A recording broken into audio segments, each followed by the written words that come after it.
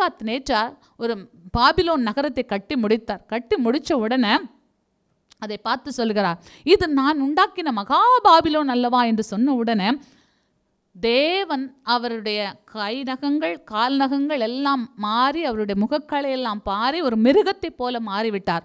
உங்களுக்குள்ளே மனமகிழ்ச்சி இல்லை, பெருமை இருந்ததுனால உங்களுடைய முகக்களை போய்விட்டது.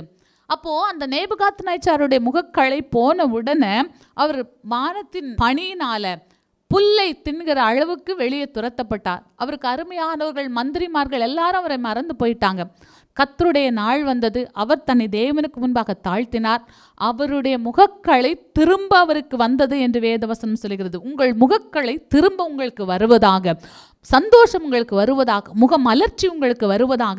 அப்போ அவருடைய மந்திரிமார்கள் எல்லாரும் அவரை தேடி வந்து மறுபடியும் அவருடைய சிங்காசனத்துக்கு அவரை கூட்டி போனாங்களாம். எனக்கு அருமையானவர்களை, நீங்கள் இழந்த சிங்காசனத்துக்கு உங்களை கொண்டு போவதற்கு தேவன் இன்றைக்கு ஒரு ஆசீர்வாதத்தை தருகிறார். மனமகிழ்ச்சி என்கிற ஆசீர்வாதம் இன்றைக்கு ஒரு ஆசீர்வாதத்தை தேவன் தருகிறார். முகம் மலர்ச்சி என்கிற ஆசீர்வாதம்.